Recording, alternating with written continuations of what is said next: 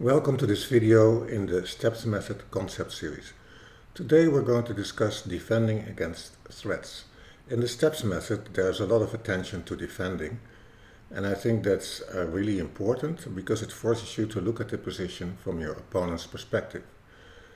So there's defending against mate, defending against a pin, defending against a double attack, but now we're going to discuss defending against threats. It is a lesson in step 3, and I think it's one of the most difficult lessons, but very important. If you think about orientation, one of the 3 steps in the search and solving strategy, the first step, orientation, we start by asking ourselves the question, what has changed in the position, what is the intent of my opponent, and which threats does my opponent have. And what is a threat? It's very simple. You would ask yourself the question, what would my opponent play if they had 1 or 2 moves in a row? So that's the way to find out the threat of your opponent. And so we're going to look at puzzles, and if you want to get the most out of it and do some active learning, I recommend the following. With each puzzle, you pause the video and first you ask yourself which vulnerability is in my position. And these vulnerabilities can be, for instance, a pin, or it can be a piece which is almost trapped or under attack already 1 time, and it can be attacked a 2nd time. Or it can be the king that is about to get mated. So the first thing you ask yourself, what is the vulnerability and what are the associated targets, right? And we have identified 3 targets in the step method: the king, check, material, and the mating square. Because if you think about a threat, right, in the end your opponent wants to attack something. So in the end there are 3 targets that your opponent can attack. Then write down the threat and then find the way to defend against the threat. And in my defending video I explained there are 5 ways with the acronym PC-MIC: protect, capture, move away, interpose, and counterattack. So for every puzzle, stop the video and write down your own vulnerability, the threat of your opponent, and then how would you defend and which letter of the acronym would you apply to this position. So let's get started on this position. So what is the vulnerability from the black side? The vulnerability is that the rook on a7 is spinning the bishop on d7 to the queen on e7. And what is the threat? So that's the 2nd step. Attack it once more by playing rook d1, attacking the bishop on d7. So now the question is, how can we defend against rook d1? And the solution is we can play queen e8. So this is the idea. Let's go to the next one. What is our vulnerability? We have a compromised pawn structure in front of our king, and all the defenders are on the other side, right? There's a rook on a8 and a queen on b7. What is the threat? If white could play 2 moves, white would play queen f6, queen g7, and now we have to find a way how to defend. And how can we defend in this case? So you have to think which piece could defend the square g7, protect it. The only piece that can defend the square g7 is the bishop on c7. And where does the bishop have to be? On f8. And now we figure out the route to f8. And so the solution is bishop d6, queen f6, bishop f8, defending against the mate. Note that some players might consider playing f6 instead of bishop d6, but after queen takes f6, bishop b6, white brings their rook to e1, threatens rook e7, and if black would defend with a move like queen f7, we have queen takes c6. And of course this is clearly winning for white. Black is not finding any peace.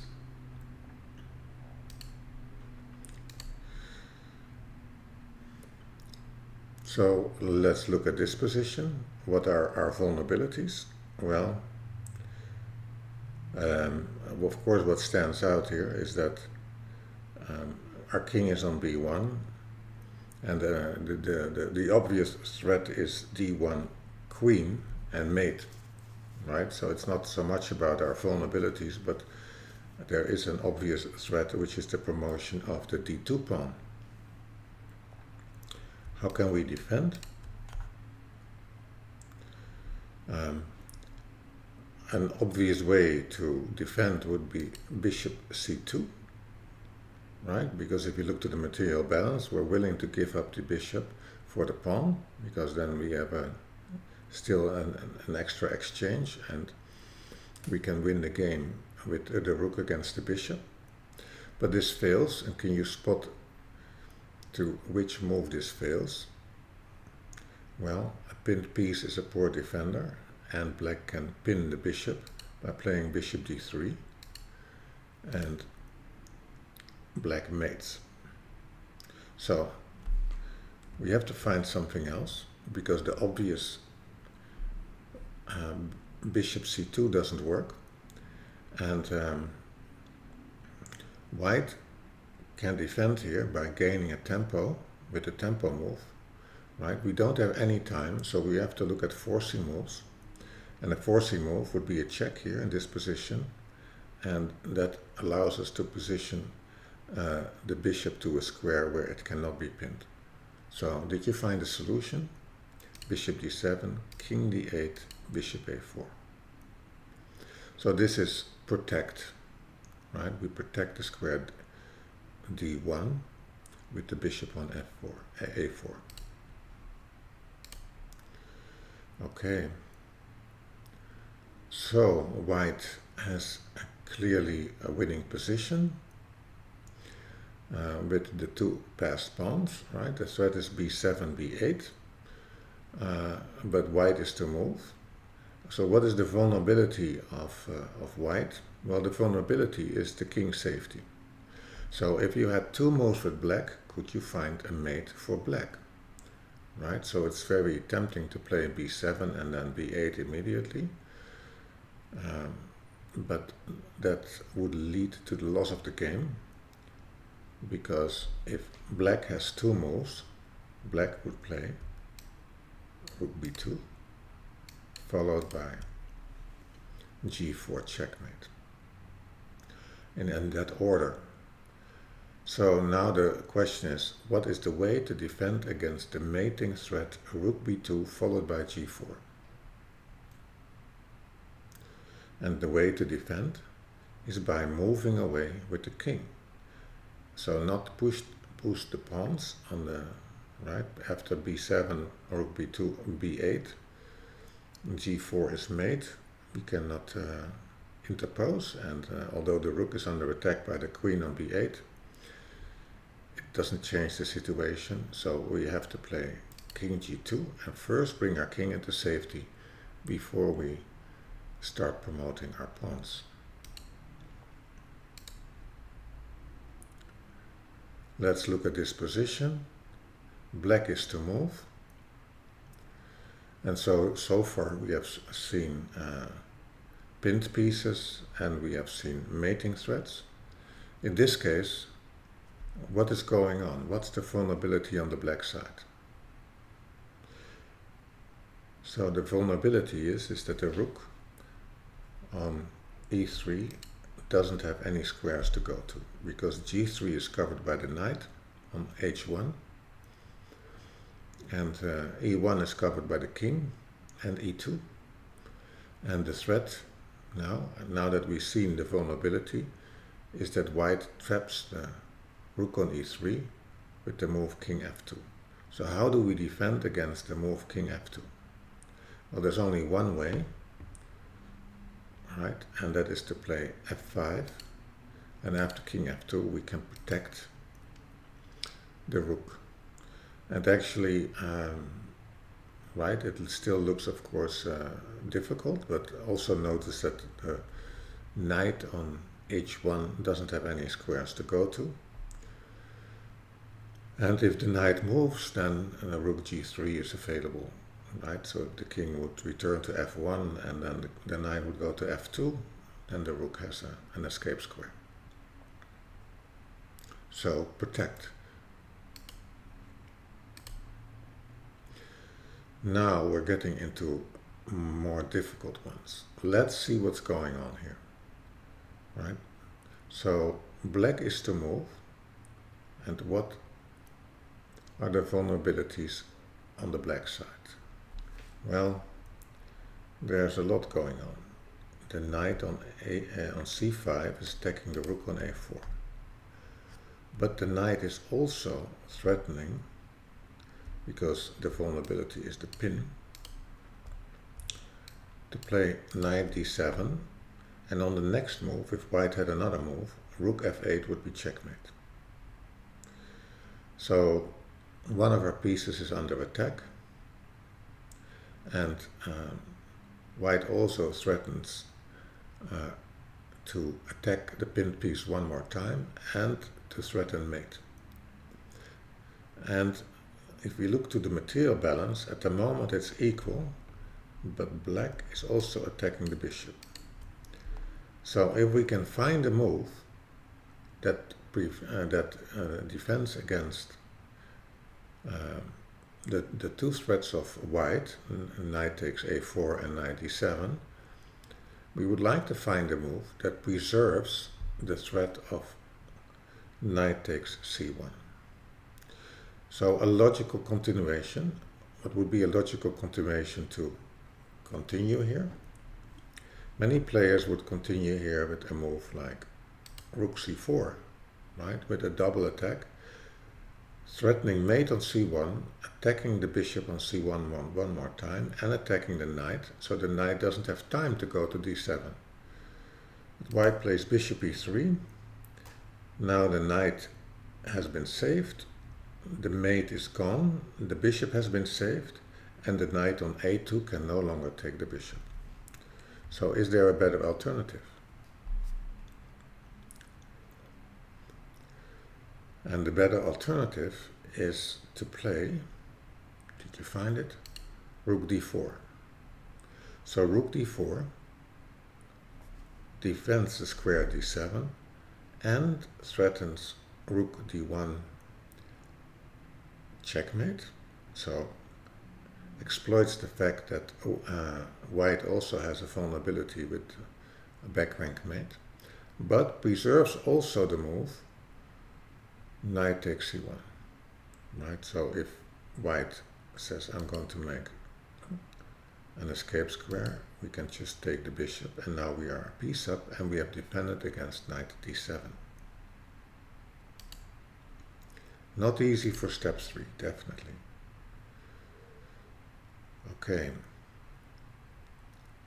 so black is to move. What is the vulnerability on the black side? Well, there is a rook on a7 and a knight on d7, and the king is all the way in the corner. So it is here about the king's safety. And the threat of white is knight f6, followed by rook takes h7. How can black defend against that? Also considering that the second threat is that the knight can take the rook on b8. So it is a double attack. And from defending against a double attack, we know that one of the logical ways to defend, the first thing we check is, can one of the targets defend the other target? Well, h7 cannot defend the rook, but the rook can perhaps defend h7. And a lot of players have difficulty finding here the solution because they start with, okay, knight f6 is coming and I have to somehow defend h7, so let me play rook g8. But then they also notice that rook g8 fails. Can you see why rook g8 fails? So rook g8, knight f6, rook g7, rook a8, rook g8, rook takes g8, checkmate. So that was a little visualization exercise. Rook g8, knight f6, threatening the mate on h7, rook g7 to interpose and protect h7, but after rook a8, black still gets mated. So what to do? So just as we use the trick for finding a mating square, here we can say, okay, I don't think about the moves, I'm thinking about the end state, and I'm thinking like, where would the rook have to be to defend the mate on h7? And then you decide, the only way that would be feasible if I can get to one of those squares. And then you figure out the route. Well, for a lot of players it would be not easy to find here the move rook b4, rook h4, but if you would ask someone the question, pick up the rook, put it somewhere on the board where it defends against knight f6, rook h7 checkmate, then they are able to say, well, if the rook is on the h file, that would be a successful defense, and then subsequently they can find the route to the h file by playing rook b4, and after knight f6 protect h7. So sometimes we're just picking up a piece, bringing it to the final square, and then figure out the route to that route later.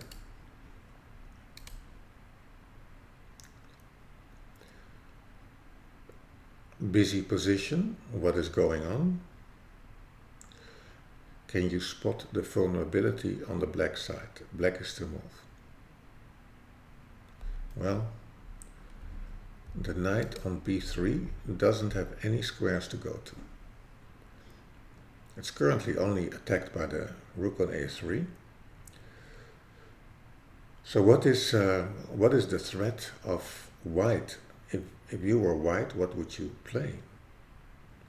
The knight has no squares to go to, so white could attack it one more time by playing the move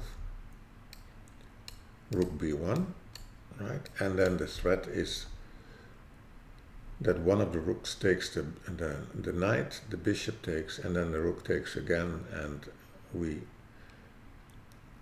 gain a small exchange, a rook against two minor pieces. So now the question is how to defend against this.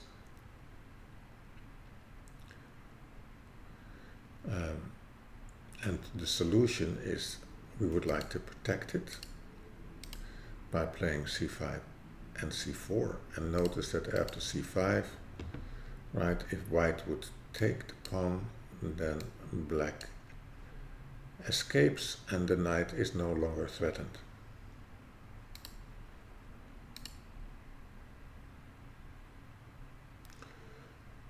So white is to move. What is the vulnerability on the white side?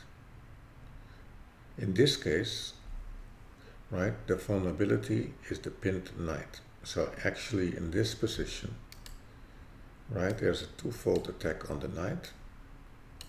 So that's one. And the second thing is that the knight is pinned. How to defend? Right, we can add a defender by playing rook a4. But rook a4 fails to which move? Because it doesn't do anything about the pin. So black can add another attacker to the pin by playing bishop e7 and then on the next move pick up the knight. So how to defend against rook takes b4, the twofold attack, without the knowledge that the knight is pinned and cannot move away. So once you realize that black also has a vulnerability, we can use it to find a defense. So the bishop on d3 is covering the square h7. And because of that, black has a back rank weakness. And this allows us to play rook a1. Now we unpinned ourselves because we have two defenders of the rook. And if black would take the knight, then will be mate with rook a8. After bishop d8, rook takes d8. So we are defending here by having, you could say, a counter threat, and the counter threat is rook a8, and exploiting the vulnerability on the black side. Very difficult for step 3. So this is the last exercise, very tricky.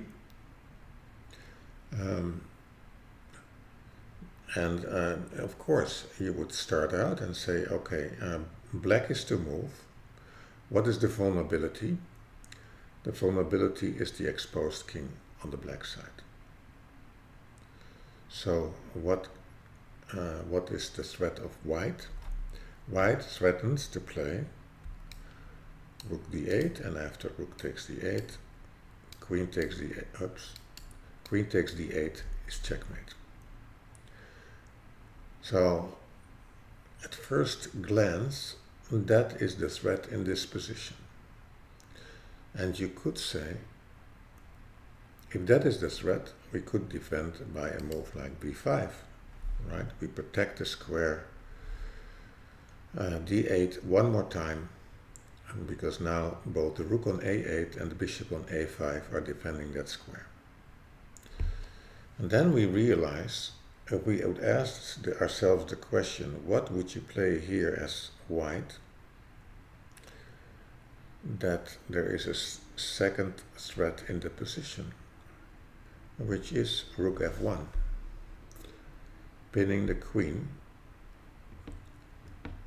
to the square f7. And if the queen moves away, queen takes f7 is an immediate checkmate. So if we go back, now we see that there are two threats. There's rook f1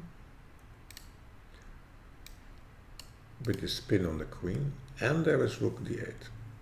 So how can we defend against both threats? We don't have one threat, we have a double threat here.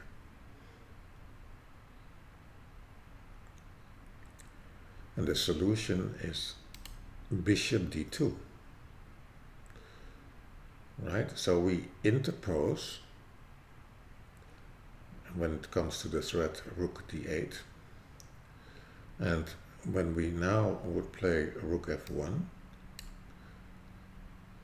black can trade the queens by queen e3. And there is no longer a threat of queen takes f7.